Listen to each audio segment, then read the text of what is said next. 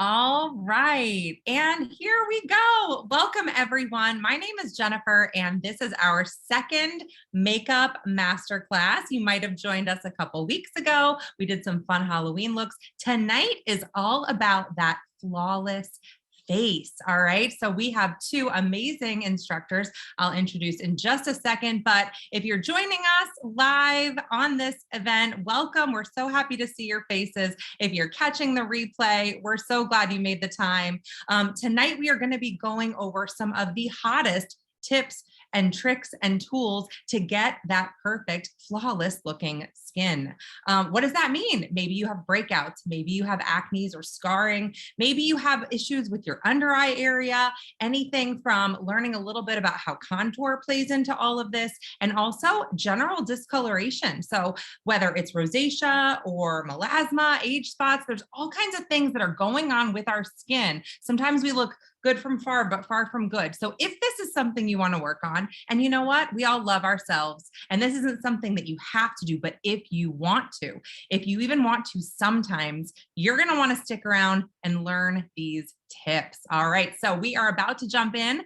Our first person who is going to be doing some of the instruction tonight, you probably know her. Her name is Laura Hunter. And let me just tell you why she is about to be your makeup best friend. She not only is the CEO of a cosmetics company, which is pretty major, but she also has all these insider tips and tricks from days in the pageant world, from being a professional photographer, and for doing makeup, not just in the photography world, but also on sets of movies and in more Hollywood-esque settings. So you're definitely going to want to stick around for some of these tips. We're so excited to have Laura here tonight, and her co-presenter. You may also know this incredible woman. Her name is Fields-Simmons. Online, sometimes she goes by Lashed by B, and she is one of the most dynamic people I have ever met. She is so amazing, so knowledgeable, so educational when it comes to this. And I am ready to roll up my sleeves and just learn all the tips and tricks. So this is a quick one. We're going to get hands-on. We're going to create that flawless face together. And then we'll circle it back at the end with a little bit of exciting news. So Laura, Michelle, take it away.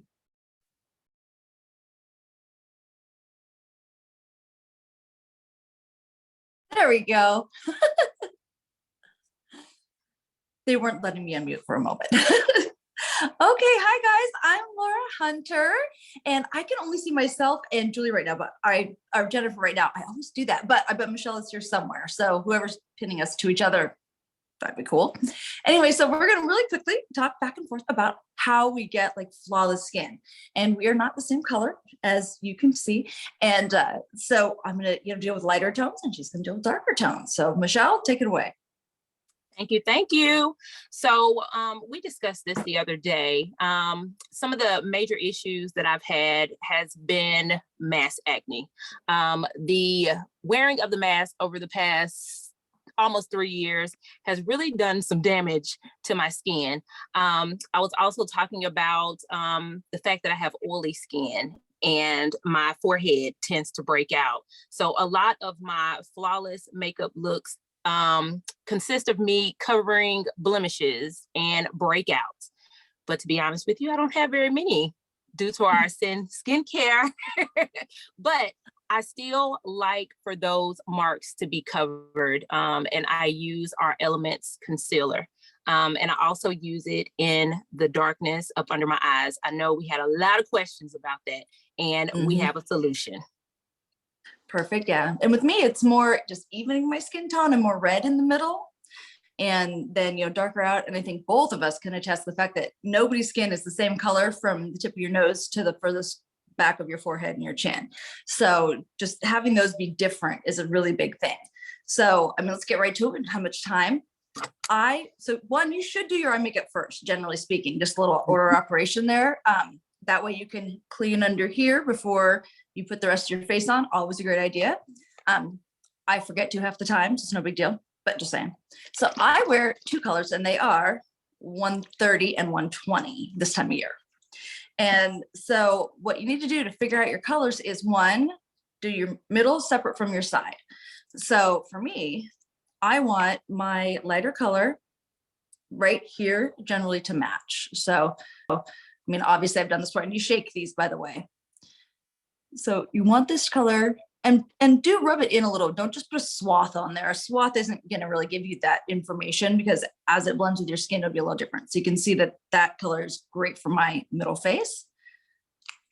And then when you're doing the areas that you want to be a little bit darker out further on your face, one, it's going to act a bit like your contour, and two, you want it to match too. But this, again, you're going to rub in a little bit. So I like to go with like this further back part. I don't like to go under here because it's shadowy. I like to go this furthest back part towards the edge of my jaw and rub that in. And I want it to blend, but I do want it to be maybe half a shade darker than my skin, because I'm going to blend back into it and I want to create some contour. Michelle, you're up. How do you do yours? All right, so I take our Elements concealer. I use the number 60, and I just dot my problem areas.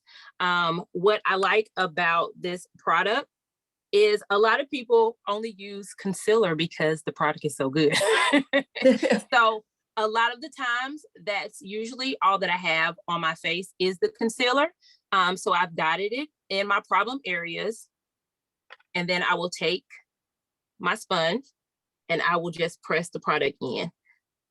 So the key to this concealer is letting it settle, let it dry. For sure. And when she said press the product in, that is so important. You guys saw I just did the parts that are darker on me. I did that first, using my brushes, circles, blend it in. I like a little bit firmer brush for that. Then I'm going to take my lighter color and I'm going to and I literally just shake and pour.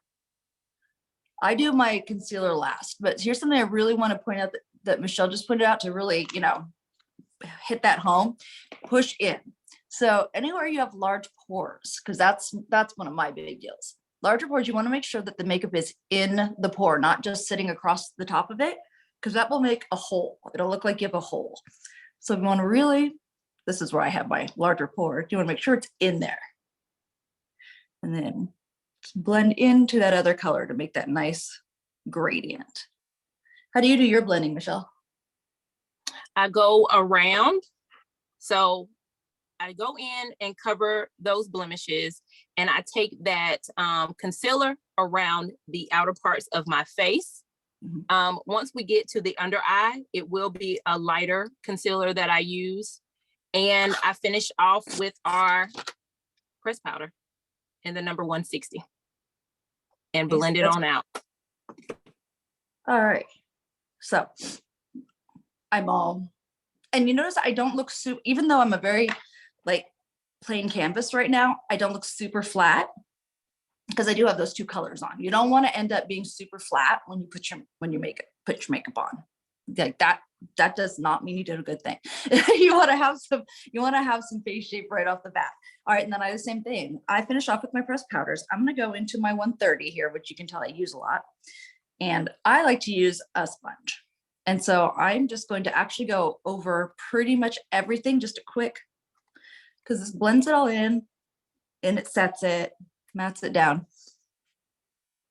Just a quick little once over. You can do it with a brush, you can do it with this. I just like to set it. And then I'm going to go back with my 120 and I'm just going to do a couple dots under my eyes. Just to make sure that I get rid of any darkness. I can see Michelle's doing basically the same thing. And then I take one of my, where's my normal sponge? Well, normally I use our sponge. While that's drying down, could you speak to if someone has maybe a more significant blemish on their face, at what point in the process should they address that? So I do that now. So that's when if I had a blemish somewhere, I would do the exact same thing I'm doing under my eyes, and then just very lightly tap that area. Instead of circles or that kind of blending, you want to just tap. We're distributing much more evenly and a little thicker when we tap. So you can see that makes a big difference under the eyes. And speaking of under eyes, you guys, pageant trick that people have heard of, probably heard it on, what was that movie, Miss Congeniality, with the, hemorrhoid cream under the eyes or on the thighs. That's real. That actually does work. So if you've got some big puppy, anything going on in your face, hemorrhoid cream for real is fine. I mean, It's for sensitive skin. It's fine. And then, but do wipe it off before you put your makeup on, because it's going to make like, greasiness if you don't. So, but same thing. So I would do this dotting, very lightly blend. Now this is my weird pageant trick for that. So let's pretend I had a blemish right in the middle of my forehead. So what I would do is I would put a little concealer right there. And then then I just use my finger and I just kind of go like this, and I just kind of make it bigger. But then instead of actually blending that middle section in, I only feather out the edges, because this way I keep the makeup on that and it will dry. And as it dries out, as that makeup dries on my face, it's going to really keep that coverage there. I mean, you're keeping a heavy layer on. When it's totally dry in like 5 minutes, then you take a little powder and just go like that to set it. Just like that, as Bob would make fun of me for doing. But yeah, that's how I cover a serious blemish. Michelle, what do you do? Do you have a special method? I like for the concealer to sit for a moment. Mm-hmm. I like to only move it when it's like, it's got this tacky feeling to it. Not completely dry. You have more control of the product when you do so, especially under the eye. Yeah, that moisture in the product is going to evaporate a little bit and go into your skin a little bit to moisturize your skin. And what you're left with is really that, pigment. And that's the part that if you've got something you want to cover up, you really want to get that pigment, just sit there. And that's how you do it. You wait a bit. Yeah, just a couple minutes. So while she finishes up her under eyes, I'm going to do a little bit of my 165 here on my sponge. And this is our Perfect Contour sponge. It's patented. And so I'm just going to stamp it. You go top of your ear, aim at the corner of your mouth like that, just to get our contour where it's supposed to be. I'm going to do one side, not the other, so you can see the difference. So the trick with this, and I'm using the same brush, is that you don't want to blend down. You want to blend up. We want to bring everything up on our faces. So upsy daisy.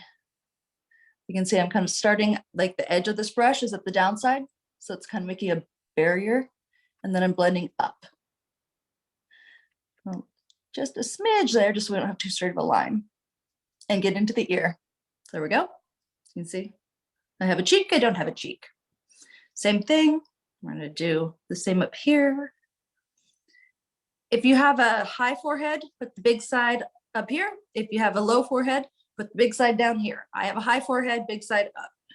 There we go. And we're just gonna, of course, this you have to blend down because it's at your hairline. Same thing, bring that down a bit. And then you can do the same on the side of your nose. I mean, just keep going with it. Blend down. There we go. You can do under your jaw. Same thing, big in the middle. Notice I haven't even changed products here. I mean, I just keep going with it. There we go. There's my one side contour to my other not. There you go, Michelle. How do you do yours? Love it.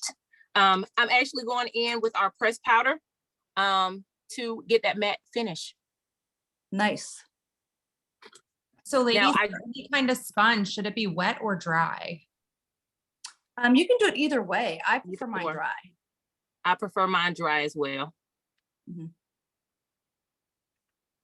A lot of people do like, especially for the part that Michelle's doing right now, they prefer just a little dampness, just because you can give more of more of a translucent finish that way. But if you're not going for something super light, then there's no reason to really wet it. It's really a preference thing.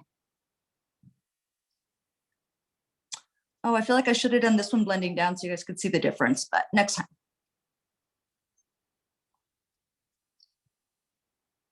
Here we go. All right. Now there's I think probably a pretty big difference. So when I did hair and makeup, I did it on people of all colors and pretty equally. And one thing that I remember noticing a lot a difference between darker skin and lighter skin is that with lighter skin, I highlighted more. With darker skin, I contoured more. So Michelle, do you do that? How do you get more definition in? So I will go in with our 170 pressed powder. Mm-hmm. Mm-hmm. I don't really need a lot of contouring. My face is fairly, but I did learn a trick. And the trick is to take a brush And I'm gonna use this one and only go in this one spot. Oh, that is a good trick. Kind of like a dimple. Yeah. So I have a lot of dimple here. So, but that is a great trick for getting something under that cheekbone. I like that. And it looks really good when you get ready to take pictures. You get those high cheekbones. So if someone is trying to pick the right foundation shade for them, do you have any tips for them? We have some newbies watching. Yeah, make sure it's not too thick. And I would, like in the beginning, I would say, don't just put a swath on it, expect it to match. That's not a real thing, because once you put it across your skin tone will show through somewhat. So you do want to rub in a little bit, and don't expect to have one skin color. You have two at least. So you can blend them together, but you should have a darker and a lighter, and you should use them both every day, not just one. And then you blend the two together. Dark on the outside, light on the inside, just like a shade apart, half a shade. And we got some questions about what product you were putting on the contour sponge. Oh, that was our 165. It's the Tory Bell full coverage powder. You can use it as full coverage when you use it with a sponge or a contour sponge like I did, or you can use a brush like I am right here and just use it as a lighter powder. And yeah, that was our 165 in the full coverage powder foundation. Elements is the brand name. And I'm just going back over everything that was light right here with my 120 powder, just to kick that lightness up a notch. I do know that there is. I do just like to. Oh, go ahead, Laura. I'm sorry. No, I was just saying no laugh, but fingers are tools, man. I just like to go down the side of my nose and thin it out a bit like that, and then just blend it out. Okay, go ahead. The contouring with the concealer, I also use the 60 concealer to bring in my nose. It's a little wide. And then I took the lighter concealer in 50 down the center and blended it. Yeah. I know sometimes people use, like we put down to use Stark Naked eyeshadow palette. That eyeshadow palette, I know I've seen Laura use it all over. Yeah. She's contour with it and all. Oh, yeah, it'll do everything. That's a great palette. You can use it for your whole face too. I'm going to put a little blush on. So there's a couple of ways I put blush on, and this is one of my favorite ways, and it's kind of opposite of what people will tell you. So I'm going to show you. So I like to use a pinky pink, and it's a very youthful look to have some pink just on the balls of your cheeks, like a kid that's been out in the sun.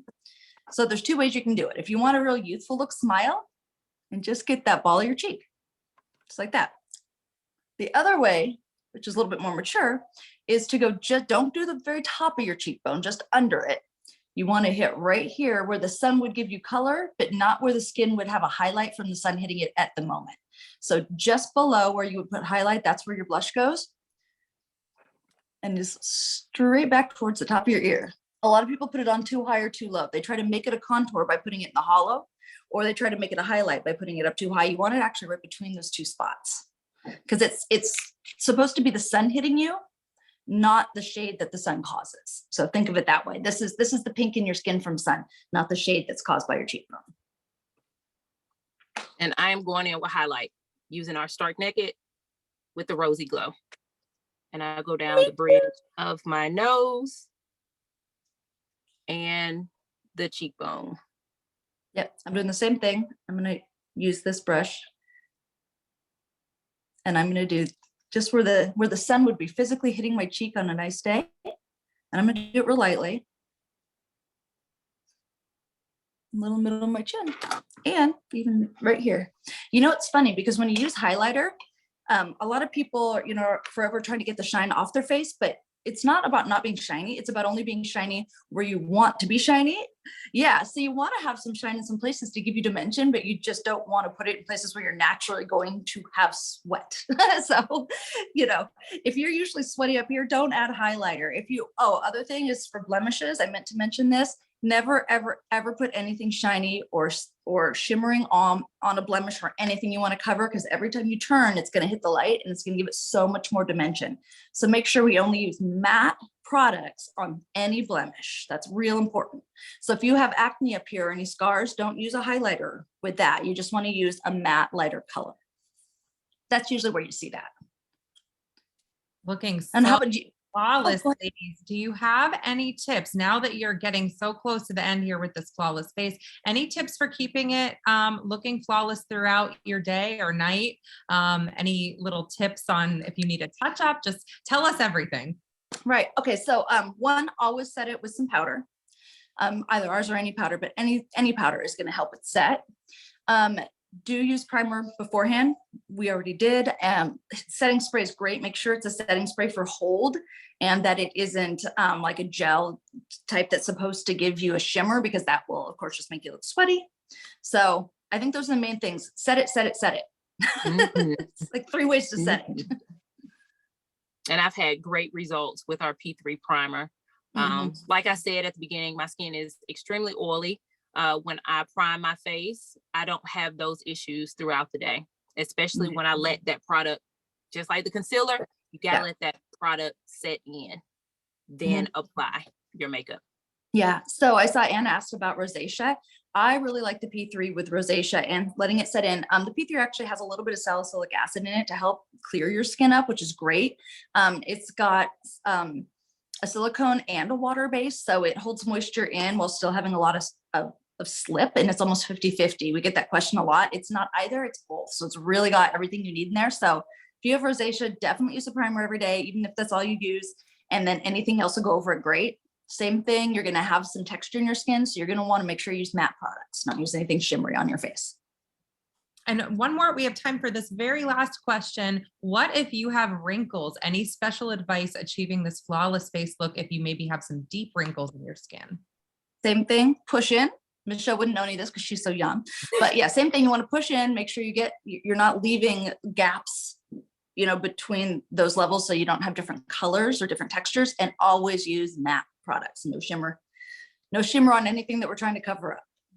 I love it. Look at these faces. Ladies, get really close to the camera for just a second so we can see. Absolutely beautiful. We talked about letting products dry, how to apply them, pushing in, choosing the right shade. We talked about tips and tricks for those under eyes, for blemishes, a little bit about contouring. We just covered so much ground. And I really, I think I speak for everyone when I say a humongous thank you, Laura and Michelle, for sharing your time, sharing your expertise. I wanted to just 2 quick things before we go. Number one, we want to make sure everyone knows in 2 weeks, we have our next installment of this Masterclass series, and it's going to be something that is so on trend right now. You're not going to want to miss it. It's called the no makeup look. It has some other variations, and you would think maybe like that means don't wear makeup, and you would be wrong. So you don't want to miss that. Definitely come back. There's incredible tips that we're going to have for that.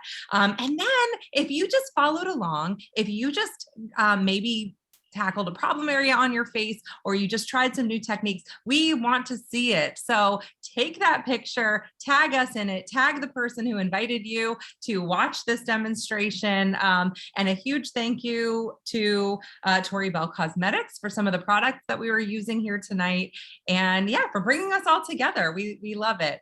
That's all I have for tonight for you guys. We thank you so much for being here, and we cannot wait to see you next time.